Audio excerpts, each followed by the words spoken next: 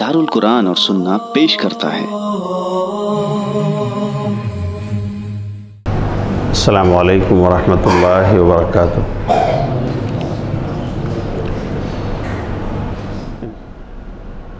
मेरे भाई, आज का मौजू मुश्किलात, मसाइल, असबाब और इलाज। मेरे भाइयों, हमारे गिरदो पेश के जो हालात हैं, जब हम उस पर नज़र डालते हैं तो यके बाद दीगरे मसाइल का, मुश्किलात का एक सिलसिला है जो टूटने का नाम नहीं ले रहा है। जब हम इसकी तहों में जाते हैं कि आखिर असबाब क्या हैं, वजूहात क्या हैं, हमारे साथ इन आजमाइशों का सिलसिला इतना तवील क्यों होता जा रहा है, तो मेरे भाइयों, असबाब बहुत सारे हो सकते हैं, लेकिन अगर हम उसको एक या दो जुमलों में अदा करना चाहें तो हम कह सकते हैं कि ये सब हमारे अपने हाथों की कमाई है। ये क्या है? हमने अपने करतूत से अल्लाह को नाराज़ किया हुआ है। अल्लाह की नाराज़गी हमने मोल ली है। हम अपने आमाल को अगर सुधार लें, अपने अहवाल को उनकी इस्लाह कर लें, तो अल्लाह रब्बुल आलमीन इन हालात को बदल सकता है। ये उसकी मुट्ठी में है। तो जब हाल ये है कि मेरे भाइयों, हम अल्लाह के अहकाम की तामील से सरताबी कर रहे हैं, हम उसकी नाफरमानी पर तुले हुए हैं, तो फिर हमें ऐसे अंजाम से दो चार होना, ये अल्लाह का निज़ाम है, अल्लाह का ज़ाब्ता है। और कुरान करीम में अल्लाह रब्बुल आलमीन ने इसको बड़े वाज़ेह अंदाज में फ़रमाया है।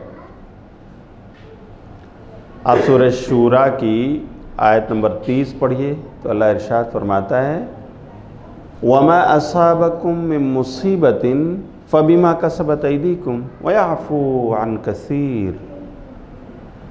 जो भी मुसीबत, तकलीफ़, परेशानी तुम्हें पहुंचती है, दरअसल उसके सबब है जो तुम्हारे हाथों ने किया है। तुम्हारे हाथों की कमाई, तुम्हारे अपने करतूत हैं। ज़माने रसूल की एक मिसाल देता हूँ मेरे भाइयों, हदीस में इसका इंदराज है। सही बुखारी किताबुल मगाज़ी की रिवायत है। हज़रत अब्दुल्लाह बिन जुबैर रज़ी अल्लाह ताला अन्हु इसके रावी हैं। ग़ज़वे उहद का दिन है। अल्लाह के रसूल सल्लल्लाहु अलैहि वसल्लम अपने सहाबे किराम की सफ़ें दुरुस्त करवा रहे हैं। कुफ़ार का सामना हुआ है। वो दूर दराज से, मक्के से चलकर मदीना मुसलमानों को हस्ती से मिटाने के लिए पहुंच गए हैं। तो मेरे भाइयों, ओहद पहाड़ के दामन में सफ़ाराई हुई। अल्लाह के रसूल सल्लल्लाहु अलैहि वसल्लम ने जंगी हिकमत अमली के पेश नज़र आपने 40 से 50 अपने अच्छे तीरंदाजों का एक दस्ता एक छोटी पहाड़ी पर मुतय्यन कर दिया कि देखो, ये ओहद पहाड़ है, हम यहाँ के सहारा में सफ़ारा हैं, और ये छोटी पहाड़ी है जुबैल, जबल कहते हैं माउंटेन, जुबैल हिल, छोटा माउंटेन। असल में उसी छोटी पहाड़ी से मिली जुली एक वादी निकल रही थी जो ओहद पहाड़ के दामन में जाती थी। अल्लाह के रसूल सल्लल्लाहु अलैहि वसल्लम ने अपनी हिकमत अमली के पेश नज़र वहाँ एक दस्ता रख दिया ताकि इधर पीछे से कोई हम पर हमलावर ना हो। और अब्दुल्ला बिन जुबैर रज़ी अल्लाह ताला अन्हु को उसका कमांडर इन चीफ बना दिया। आप इसके ज़िम्मेदार हैं, आप इसके सरदार हैं, आप इसको संभालें। थोड़ी देर के बाद ग़ज़वा उहद का ये मारका शुरू हो गया।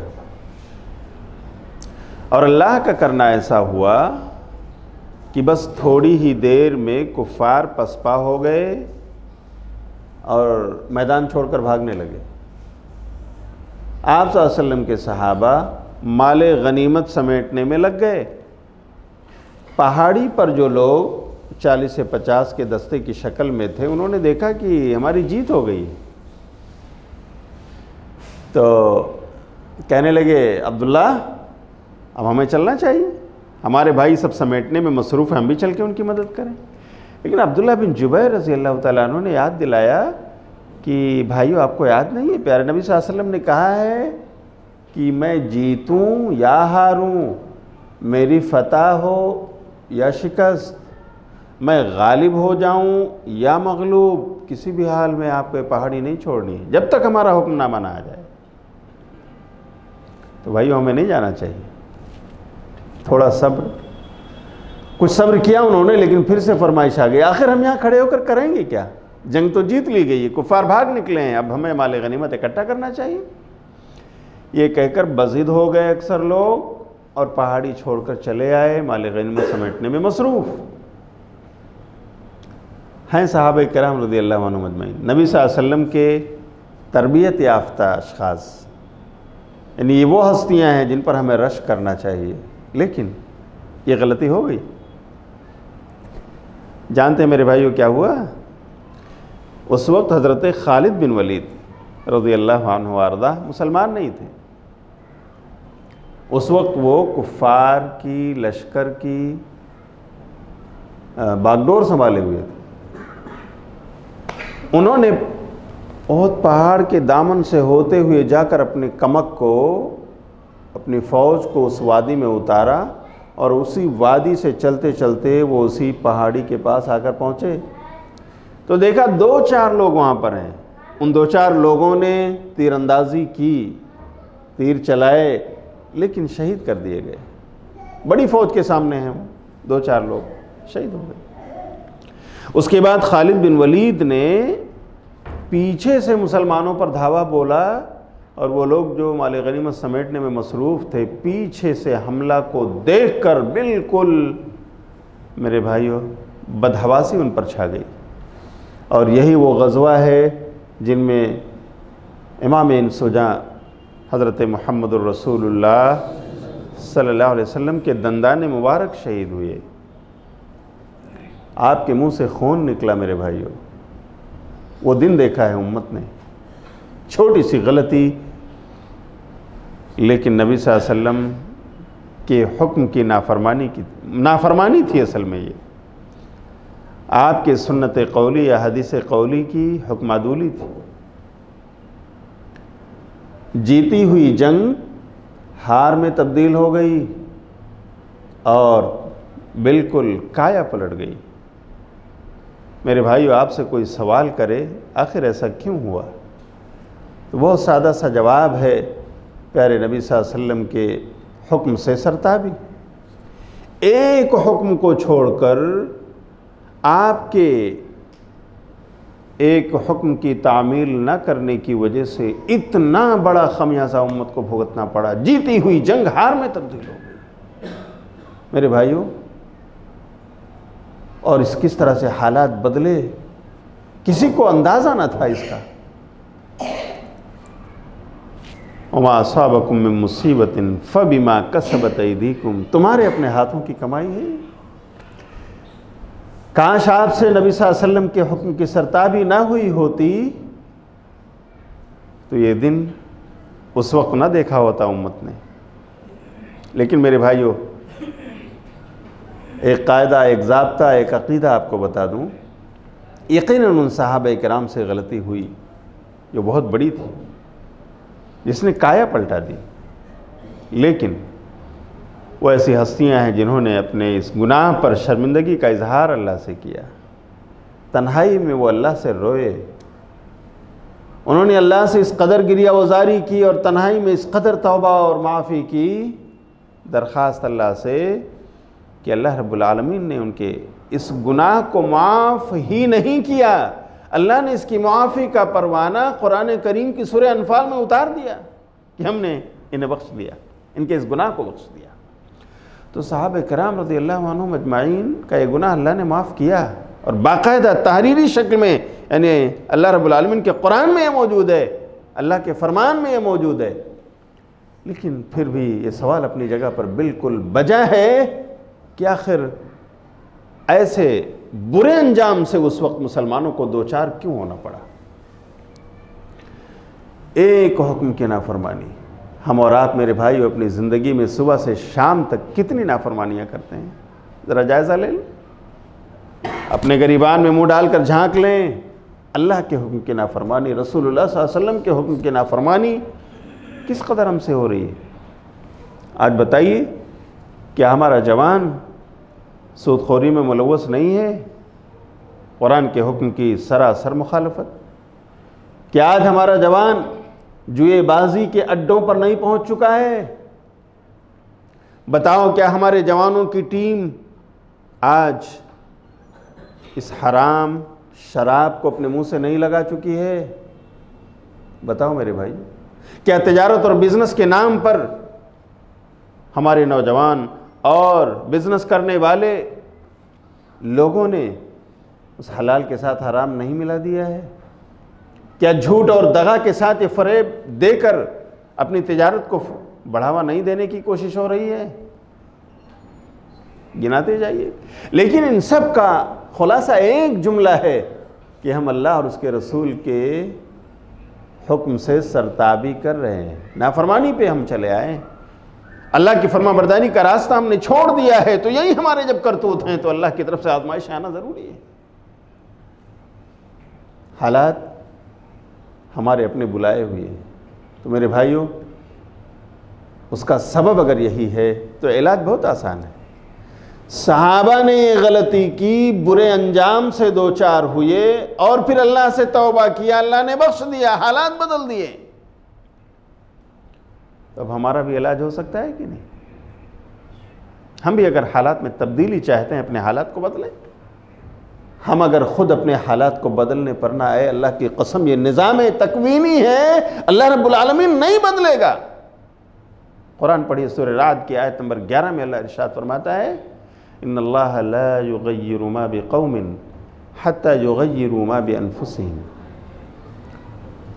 कि यकीनन अल्लाह उस कौम की हालत को नहीं बदलता जो खुद अपने हालात को बदलने के लिए तैयार ना हो।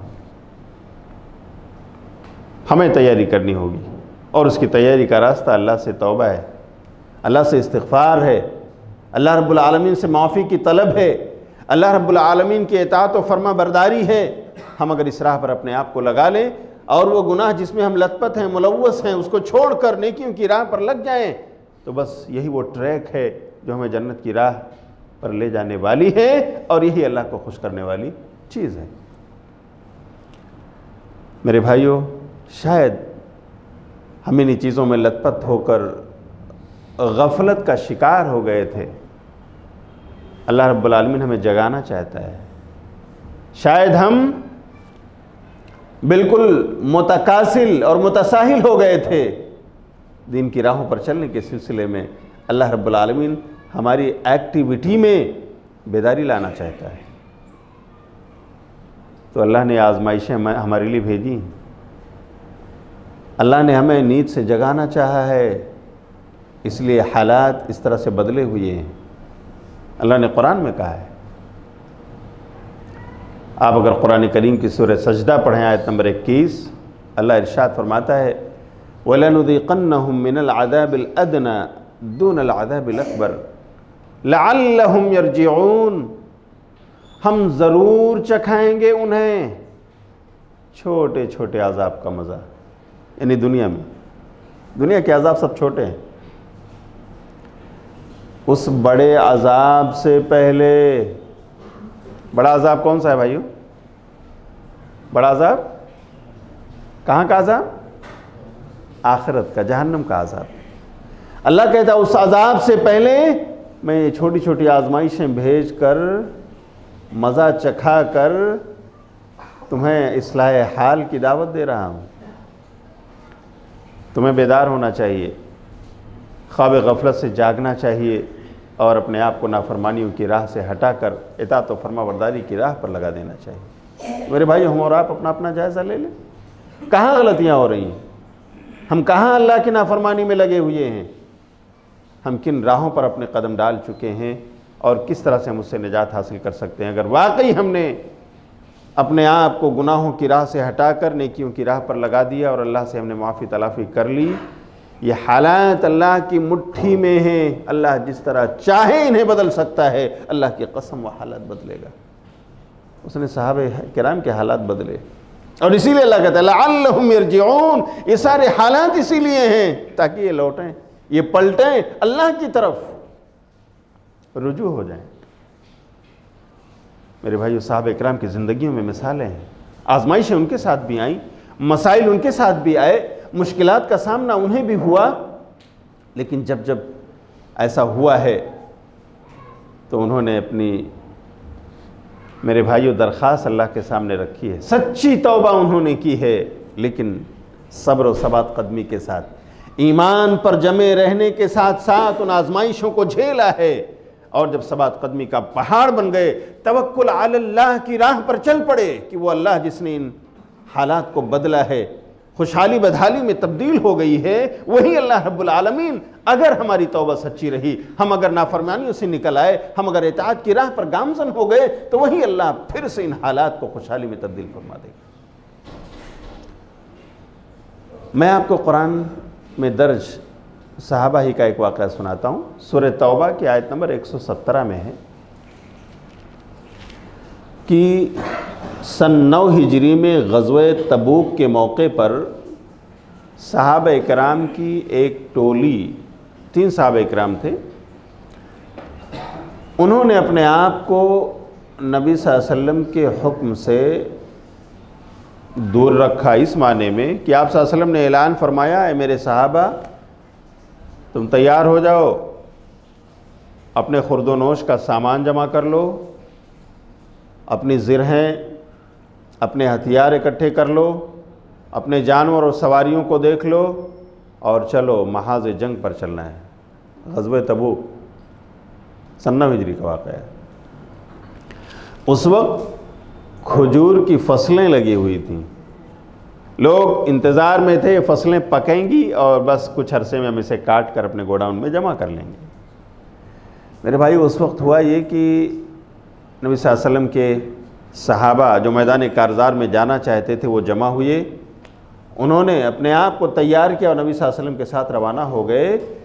लेकिन 3 सहाबे किराम से गलती हुई, उन्होंने सोचा कि हमारी फसलें पकने वाली हैं और हम तो हैं भी बहुत ही तेज़ रफ्तारी के साथ घुड़सवारी करने वाले, घोड़ों को और ऊँटों को चलाने वाले, तो ऐसा करते हैं हम रुक जाते हैं और बस एक आध हफ्ते में, कुछ दिनों में ये फसल पक जाएगी, खजूरों को उतार लेंगे और गोडाउन में रख देंगे। उसके बाद घोड़ों पर सवार होकर बिल्कुल दन दनाते हुए जाकर अल्लाह के रसूल सल्लल्लाहु अलैहि वसल्लम की कमक का साथ ले लेंगे, महाज़ जंग पे भी सर कर लेंगे और हमारी फसलें भी हमारे घरों में आ जाएंगी। इंसान थे ना भाइयों, मासूम अनिल ख़ता नहीं थे, वो सहाबा थे रज़ियल्लाहु अन्हुम अजमईन। नबी सल्लल्लाहु अलैहि वसल्लम को जिन्हें देखने का मौका मिला, नबी की तरबियत में जिन्होंने शागिर्दी आपकी अपनाई और अपने अखलाक को बनाया, संवारा और संभाला, लेकिन फिर भी मासूम नहीं थे, गलती हो गई। उनकी खुसूसियत ये रही है कि कभी भी गलती हो जाने पर, कभी भी गुनाह हो जाने पर वो डटे नहीं रहे, मुसिर नहीं रहे कि नहीं मैंने जो किया बस वही।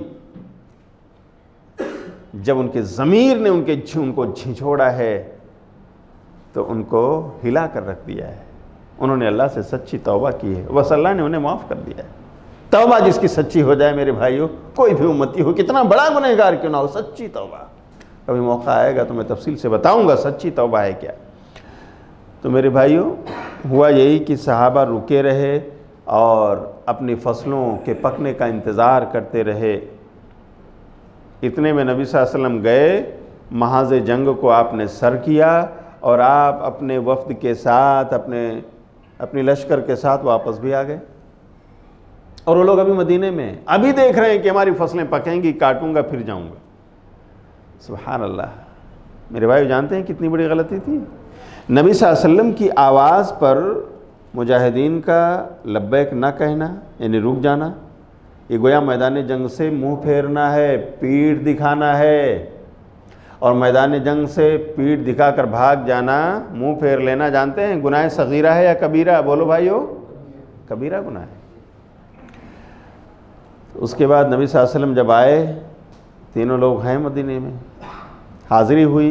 क्यों ऐसा हुआ? इन्होंने माजरत पेश की, लेकिन नबी सल्लल्लाहु अलैहि वसल्लम ने इनको सज़ा दिया।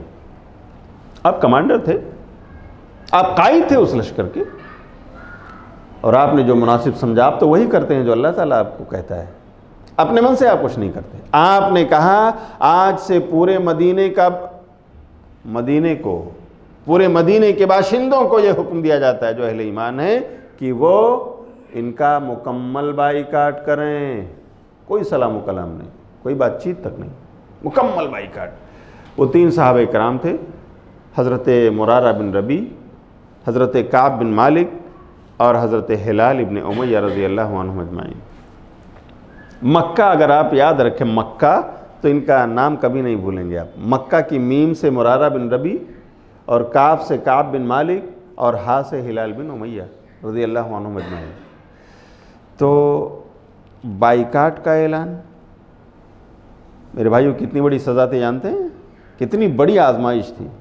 आप इस मस्जिद के मुसल्ली हैं, इमाम साहब ऐलान कर दें, ट्रस्टियान ऐलान कर दें, ये फ़ला जवान उसने ये गुनाह किया है, आज से कोई भी ना मिले, ना जुले, ना दावत खिलाए, ना खाए, ना बातचीत करे, ना कोई और किसी किस्म की शराकतदारी हो, बिल्कुल बाइकॉट। उस जवान से जाकर ज़रा पूछ लीजिए क्या बीतेगी उसे, उसकी रातें कैसे गुजरेंगी, उसका दिन कैसे कटेगा, उसकी बिजनेस कैसे आगे चलेगी। कोई बात करने को तैयार नहीं। अल्लाह अकबर। सिर्फ मस्जिद के लोग, सोसाइटी के लोग, बिल्डिंग के लोग, यहाँ पूरा मदीना बाइकाट है। प्यारे नबी सल्लल्लाहु अलैहि वसल्लम तक बातचीत को तैयार नहीं है। सज़ा दिया है आपने उनको। मेरे भाइयों कैसे लम्हात कटे होंगे उनके। और जानते हैं क्या हुआ? इसी बीच में अल्लाह के रसूल सल्लल्लाहु अलैहि वसल्लम ने हज़रत काब बिन मालिक रज़ियल्लाहु ताला अन्हु के पास एक दिन भेजा एक सहाबी को और कहा जाओ कह दो काब अपनी बीवी को उसके मायके भेज दें। बीवी भी बातचीत नहीं करेगी। जाकर साहब रसूल ने कहा तो क्या मतलब है अल्लाह के रसूल का, बीवी को तलाक दे दूं या यूं ही भेज दूं? कहा नहीं, तलाक की बात नहीं है, अपनी बीवी को मायके भेज दो, ये भी बात नहीं करेगी। अल्लाह अकबर। एक अकेली बीवी थी जो तसल्ली देने वाली, उनकी ढारस बंधाने वाली, उसको भी अल्लाह के रसूल सल्लल्लाहु अलैहि वसल्लम ने कहा कि नहीं मायके जाना है उसको। मेरे भाइयों उनकी रातें भी अब कैसे कटी होंगी। और 1-2 दिन का मामला नहीं, एक लंबा अरसा गुजर गया है इस सज़ा को झेलते हुए उसी मदीने में। लेकिन मेरे भाइयों सब्र और सबात कदमी के पहाड़ बन गए। वो अल्लाह की कसम अल्लाह पर ईमान रखने वाले थे, सच्चे थे अपने ईमान में। वो गुनाह यकीनन हुआ था, लेकिन कभी भी उन्होंने हक का रास्ता न छोड़ा, बातिल से कभी समझौता न किया। हम और आप तो यहाँ से कोई नाराज़गी है तो हक से नाराज़ होकर बातिल का साथ देने लगते हैं, है या नहीं मेरे भाइयों? अपने भाई से नाराज़ होकर उसके दुश्मन का साथ देने लगते हैं। ये हमारे अपने सोसाइटी में उन्होंने मेरे भाइयों इस आजमाइश में अपने आप को पूरा खरा उतारा। दलील उसी दरमियान बादशाह गस्सान का एक लेटर आता है जो मजूसी था, आतिश परस्त, आग परस्त। उसे पता चला कि मोहम्मद ने अपने साथियों को ये सज़ा दी है सल्लल्लाहु अलैहि वसल्लम। इनका बाइकाट कर दिया है मदीने ने। तो लेटर भेजता है वो अपने एलची को देकर, जाओ उन्हें देकर आओ। वो एलची आता है, पूछता है कहाँ है काब बिन मालिक। लोग बताते हैं वो देखो गार्डन के पास, वो देखो बागीचा है ना खजूर का, वहाँ पे हैं। जाते हैं, उनको लेटर देते हैं, बादशाह गस्सान ने दिया है। तो क्या दिया है लेटर में? लेटर में लिखा हुआ है कि ताला नवासिक, अगर तुम्हारे कमांडर ने, तुम्हारे सरदार ने, तुम्हारे कायद और लीडर ने अगर तुम्हारा बाइकाट किया है तो एक आप तुम्हें फिक्रमंद होने की ज़रूरत नहीं है। आ जाओ, हम तुम्हारी गमखारी को तैयार हैं, हम अपनी रियासत और सल्तनत में हिस्सेदारी तुम्हें देंगे। आ जाओ, परेशान ना हो। कितनी बड़ी आजमाइश थी। हम और आप उस जगह पर अपने आप को रख कर सोचें। मेरे भाइयों, कितनी बड़ी आजमाइश थी। हज़रत काब बिन मालिक रज़ियल्लाहु ताला अन्हु की आंखें नम हो गई। अल्लाह, आज ये हालात आ गए हैं कि हमारे ईमान का सौदा करने पर दुनिया आ गई है, हमारे ईमान को ख़रीदना चाहती है दुनिया। अल्लाह से दुआ करते हैं, अल्लाह तो हमें इसमें साबित कदम रख। उठते हैं और उस लेटर को ले जाकर तंदूर, जलता हुआ तंदूर जिसमें रोटी पकती है, लकड़ियाँ जिसमें जलाई जाती हैं, उसमें ले जाकर डाल दिया उन्होंने और एलची से कहा, जाओ कह दो हमें हमारे लीडर की नाराज़गी तुम्हारी खुशी से ज़्यादा महबूब है। मैं अपने लीडर की नाराज़गी बर्दाश्त करते हुए इसी ईमान के साथ रहूँगा, मैं अपने ईमान का सौदा नहीं कर सकता। अल्लाह अकबर। ये हालात आए उन सहाबा पर, ये मुश्किलें, ये मसाइब, ये तकलीफ़ें, ये मसाइल। मेरे भाई, आप अंदाज़ा करो उस माहौल में अपने आप को रख कर कैसे दिन और रात कटे होंगे, कैसे लम्हात उनके गुजरे होंगे, लेकिन ईमान का रास्ता उन्होंने नहीं छोड़ा। कभी भी हक को छोड़कर बातिल से समझौता नहीं किया। अल्लाह से रोते रहे, अल्लाह पर तवक्कुल करते रहे, इस यकीन के साथ कि जिस अल्लाह ने यह बदहाली हम पर मुसल्लत की है वही इसको खुशहाली में तब्दील कर सकता है। कुरान ने बड़ी अच्छी मंजरकशी की है। वअला सलासतिल्लज़ीना खुल्लिफू हत्ता इज़ा ज़ाक़त अलैहिमुल अर्दु बिमा रहबत वज़ाक़त अलैहिम अनफुसुहुम वज़न्नू अल्ला मलजअ मिनल्लाहि इल्ला इलैहि। एक दिन ऐसा हुआ, बाद में तर्जमा करता हूँ, अभी वक्त से पहले हो जाएगा। तौबा करते रहे, अल्लाह से माफ़ी मांगते रहे, रोते रहे, तहज्जुद में उठते रहे, अल्लाह अकबर, अल्लाह से दरख्वास्तें करते रहे, माफ़ी मांगते रहे अपने गुनाहों की। एक दिन सुबह फजर के बाद जब नमाज़ पढ़कर चले आए तो अल्लाह के रसूल सल्लल्लाहु अलैहि वसल्लम ने एक सहाबी को भेजा और कहा, अबू बकर जाओ काब और उनके साथियों को बुला कर लाओ। काब कहते हैं, मैं आया फजर की नमाज़ पढ़ने के बाद और बिस्तर पर लेट गया था। आखिर करता भी क्या, मैं अकेला तो था, ना बीवी थी, ना और कोई बातचीत करने वाला था। मैं था, मेरा बेड था, मेरा बिस्तर, मेरा घर। कितने में अबू बकर सिद्दीक़ रज़ियल्लाहु अन्हु ने आवाज़ दी कि काब। मैं उठा तो देखता हूँ हज़रत सिद्दीक़। कहा, अल्लाह के रसूल ने बुलाया है। अच्छा, हाजिर हुए। अल्लाह के रसूल सल्लल्लाहु अलैहि वसल्लम कहते हैं, काब, अल्लाह ने तुम्हारी तौबा सुन ली, अल्लाह ने तुम्हारे गुनाह माफ़ फरमा दिए, अल्लाह ने कुरान की आयत भेज दी, वअला सलासतिल्लज़ीना खुल्लिफू, अल्लाह ने उन तीनों पर रहमो करम फरमाया, बख्श दिया उन्हें जो पीछे रह गए थे। हत्ता इज़ा ज़ाक़त अलैहिमुल अर्दु बिमा रहबत, यहाँ तक कि मदीने की सरजमीन कुशादा होने के बावजूद उन पर तंग हो गई थी। वज़ाक़त अलैहिम अनफुसुहुम, और ख़ुद वो अपनी जानों से तंग आ गए थे उसी मदीने में। वज़न्नू अल्ला मलजअ मिनल्लाह इल्ला इलैहि, अच्छी तरह उन्होंने समझ लिया था कि अल्लाह के अलावा किसी और दर पर अमन व सलामती मिल सकती नहीं। अल्लाह से उन्होंने लो लगाई, अल्लाह ने माफ़ फरमा दिया और मुआफ़ी का परवाना कुरान करीम में भेज दिया। क़यामत की सुबह तक तमाम कारी जो पढ़ेंगे उसको तिलावत करते रहेंगे। अल्लाह अकबर, क्या मकाम है मेरे भाई इन सहाबा का। गुनाहगार थे लेकिन तौबा ऐसी सच्ची थी, रुजू इल्लाह इतना पक्का था कि अल्लाह ने कुरान करीम में उनके इस मुआफ़ी को दर्ज फरमा दिया है। मेरे भाइयों, हल यही है। असबाब का अगर पता चलता है कि वाकई हम अल्लाह की नाफरमानी की राह पर लगे, हमने गुनाह किया है, हमने मेरे भाइयों रिश्वत ली है, हमने सूदखोरी में अपने आप को मुलव्वस किया है, हम जुएबाजी के अड्डों पर गए हैं, हमने शराब को अपने मुंह से लगाया है, हमने बदकारियाँ की हैं, हमने अपने तिजारत और बिज़नेस में झूठ और दगा और फ़रेब से काम लिया है, हमने अपने मामलात अच्छे नहीं रखे, लोगों से हमने सिला रहमी के बजाय क़त्ए रहमी कर रखी है, रिश्तेदारियाँ हमने काट रखी हैं, वगैरह वगैरह। अगर वाकई ये तमाम सिफ़ात हमारे अंदर हैं और हम इसके मुजरिम हैं तो हमें बस अल्लाह से माफ़ी मांगना चाहिए, अपने हालात में तब्दीली पैदा करना चाहिए। अगर हमारे हालात बदले, अल्लाह इन हालात को बदलने के लिए तैयार। उसके लिए तो क्या, कुन फयकून, और हालात बदल जाएंगे। आज मेरे भाइयों, पै दर पै तो आजमाइशें अहले ईमान की होती रहती हैं, हमारी भी होंगी। सबसे ज़्यादा तो अम्बिया की हुई हैं, सबसे ज़्यादा हालात उन पर आए हैं। उनके साथ तो मामला ये रहता था कि उम्मती पूछते थे, सहाबा पूछते थे, अल्लाह के रसूल मदद कब आएगी, मता नसरुल्लाह, अल्लाह के रसूल मदद कहाँ है अल्लाह की? इतने हालात, इतने मसाइल, इतने मुश्किलात, मता नसरुल्लाह, अल्लाह की मदद कब आएगी?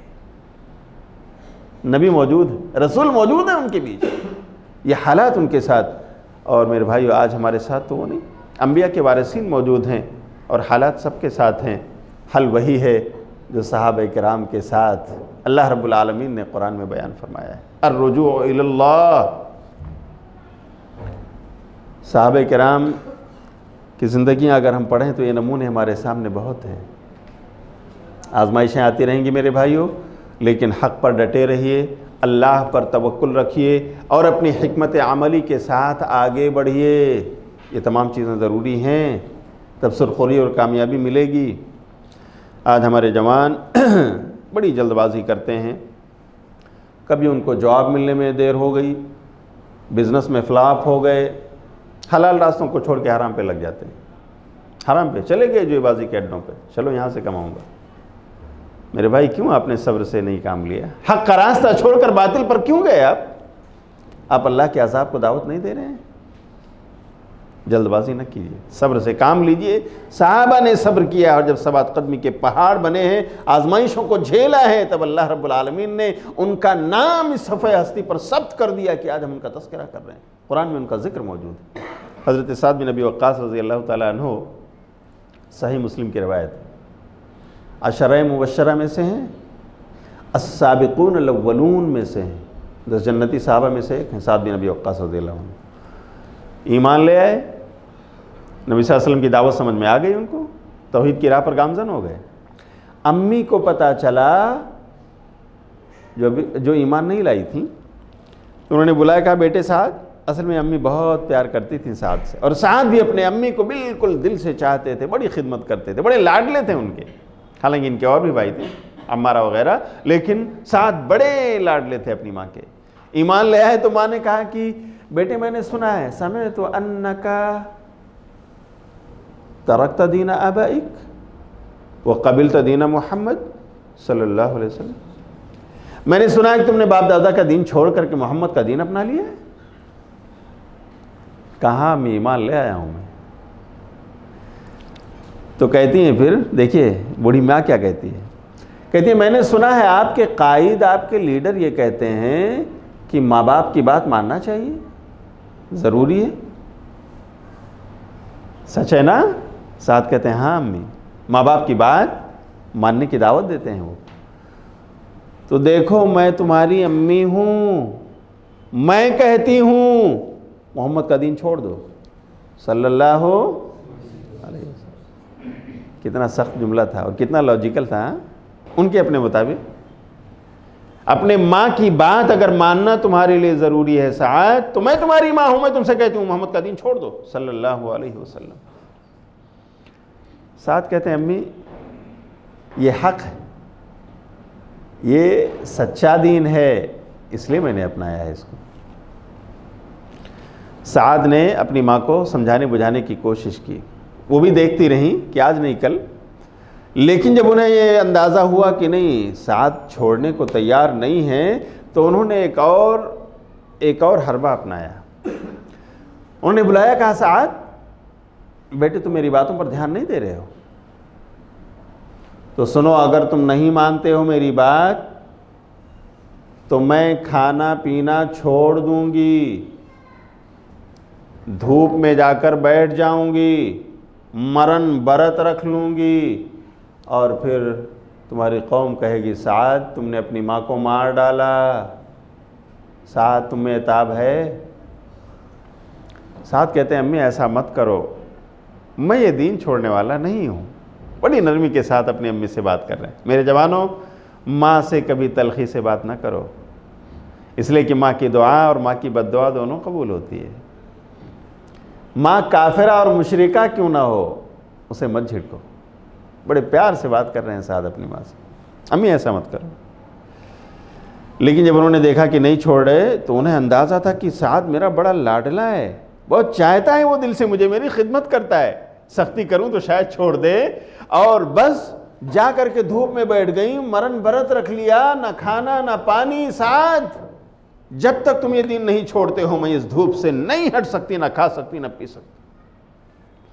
साध हैं कि अटल हैं। अम्मी को समझाते हैं, अम्मी मत करो ऐसा, मैं छोड़ने वाला नहीं हूँ। लेकिन अम्मी नहीं, मैं मर जाऊंगी इसी तरह। एक दिन गुजरा, दूसरा दिन जब शाम हुई, बेहोश हो रही हैं, बेहोश हो रही हैं, गशी तारी हो रही है, बेहोश हो गई। उनके भाई साद के भाई अम्मारा आए और पानी वानी छिड़कने लगे। खबर हुई, साद रज़ियल्लाहु अन्हु भी पहुँच गए, दुआ कर रहे हैं अल्लाह ताला इन्हें तो ईमान वाली ज़िंदगी अता फरमा, अल्लाह तो इन्हें होश अता फरमा। कुछ वक्त के बाद उन्हें होश आया। लेकिन वो होश में आने के बाद पूछती हैं, साद मोहम्मद का दीन छोड़ा आपने? सल्लल्लाहु अलैहि वसल्लम। मेरे भाई, हम और आप होते किसी माँ के सामने, जिसे हम देख रहे हैं कि बेहोशी तारी हो रही है, गशी तारी हो रही है, और उसका तकाजा सिर्फ ये है कि तुम छोड़ दो इसे, हम और आप क्या करते हैं? हमारा क्या स्टेप होता है? और हजरत साद ने क्या स्टेप लिया होगा? ईमान वालों, आजमाइशें होंगी तुम्हारी। हजरत साद ने क्या स्टेप लिया होगा? गौर से सुनो, क्या जुमला था हजरत साद का। कहते हैं, अम्मी आपके पास एक जान है ना, और आप उसे इसलिए देने जा रही हो कि आपका बेटा साद मोहम्मद का दीन छोड़ दे, जो दीन हक है सल्लल्लाहु अलैहि वसल्लम। अम्मी सुन लो, अगर आपके पास एक की बजाय 100 जानें होती, कितनी? आज आपके पास अगर 100 जानें होती और आप एक एक करके इसी तरह से आप ख़त्म कर देते कि आपका बेटा साद दीन मोहम्मद को छोड़ दे, तो 100 जानें आपकी चली जाती, आपका बेटा मोहम्मद का दीन न छोड़ता सल्लल्लाहु अलैहि वसल्लम। जानते हैं इस ईमान वाले जुमले ने क्या इनकलाब बर्पा किया? फ़अकलत व शरिबत। उन्होंने कहा, मैं खाओ या न खाओ, पियो या न पियो, साद इस दीन को छोड़ने वाला नहीं। हदीस के अल्फाज गवाह हैं। उसके बाद उन्होंने खाना मांगा और खाया, पानी मांगा और पिया। आजमाइश होने वाली है मेरे भाइयों। पैदर पर यह हालात एक के बाद दीगरे हमारे ऊपर मुसल्लत हैं, लेकिन ऐसे में भी हमें बातिल का साथ देना जायज़ नहीं। हमें हक़ पर रहना है, लेकिन नदामत और शर्मिंदगी के साथ अल्लाह से माफ़ी मांगनी है। अपने करतूतों पर अगर वो बुरे हैं तो हमें रोना है, हमें दरख्वास्त अल्लाह से करनी है, अल्लाह तो इन हालात को बदलने वाला है, अल्लाह तो इन्हें बदल दे, हमें माफ़ फरमा दे। तो मेरे भाइयों, बेशुमार इस तरह के वाक़यात सहाबा की ज़िंदगी में मौजूद हैं। किस तरह की आजमाइशें आईं, कैसे उन्होंने झेला, और इन मसाइल से कैसे वो निकले, वही रास्ता हमारे लिए भी है। आज के दर्स का पैगाम यही है कि आओ ये तय करें कि हम अपनी ज़िंदगी में जो हालात आए हैं और जिस कदर हम नाफरमानियों की राह पर अपने आप को चला चुके हैं, हम उससे तौबा करेंगे। हम सूदखोरी की ज़िंदगी से बाहर आएंगे, रिश्वतखोरी से अपने आप को निकालेंगे, बदकारी से छुटकारा ले लेंगे, और जुआबाजी अगर हमने की है, शराब के अड्डों पर कभी पहुँचे हैं, तो हम अच्छी तरह सच्ची तौबा अल्लाह से कर लेंगे।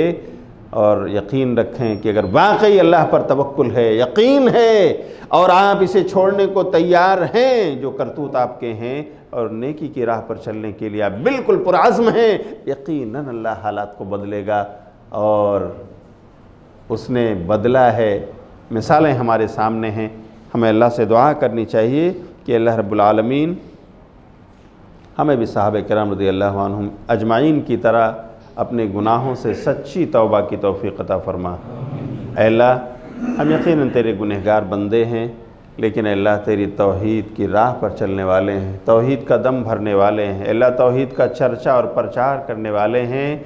अल्लाह तो इन्हें कबूल फरमा ले, और अल्लाह इन्हें हमारे गुनाहों के कफ़ारे का ज़रिया बना दे। और अल्लाह इन हालात को जो तेरी मुट्ठी में हैं, अल्लाह कुन फ़यकून की देरी है, अल्लाह तो इन्हें तब्दील फरमा दे। आमीन। व आखिरु दावाना अनिल हम्दुलिल्लाहि रब्बिल आलमीन।